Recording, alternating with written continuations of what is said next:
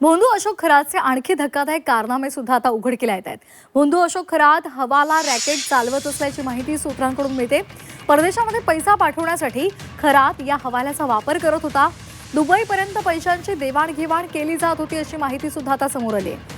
खरातचे अनेक बडे भक्त होते, अधिकारी होते आणि त्याला मदत करत असल्याची सुद्धा माहिती समोर आली आहे। आणि त्यामुळे आता हा आर्थिक गुन्हा आंतरराष्ट्रीय स्तरापर्यंत पोहोचण्याची शक्यता आहे। या संदर्भात एसआयटीला सबळ पुरावे मिळाल्याची सुद्धा माहिती मिळते। योगेश खरे आमचे प्रतिनिधी आपल्यासोबत जोडले गेलेले आहेत। योगेश, एक धक्कादायक माहिती समोर आलेली आहे।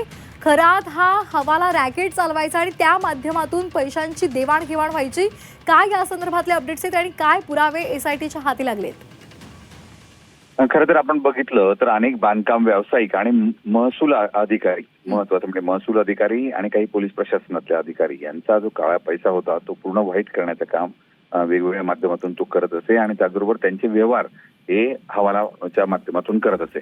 आपण जर बघितलं तर ही कोट्यावधी रुपयांची रक्कम असते, त्यांचा व्यवहार करणं हे अवघड होऊन बसतं। एका ठिकाणाहून दुसऱ्या ठिकाणी नेण्याचे पण प्रवास करताना अनेक ठिकाणी अडचणी येऊ शकतात, म्हणून हवालाच्या माध्यमातून हे सगळे व्यवहार केले जातात। आणि त्यातलं एक महत्वाची कडी म्हणून अशोक खरात समोर येतो आहे।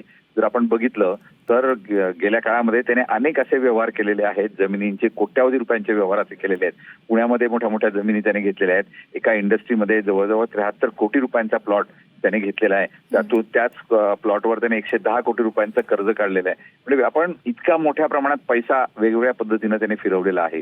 कुठे व्हाईट कर, कुठे ब्लॅकचा फिरव पैसा, आणि या सगळ्या चक्करमध्ये आता तो ईडीच्या रडारवर आलाय आणि इतक्यात एसआयटीच्या पण ते लक्षात आलेलं आहे। त्यामुळे हवालाच्या दृष्टिकोनातून चौकशी जी आहे ती आता एसआयटी सध्या करताना दिसत आहे।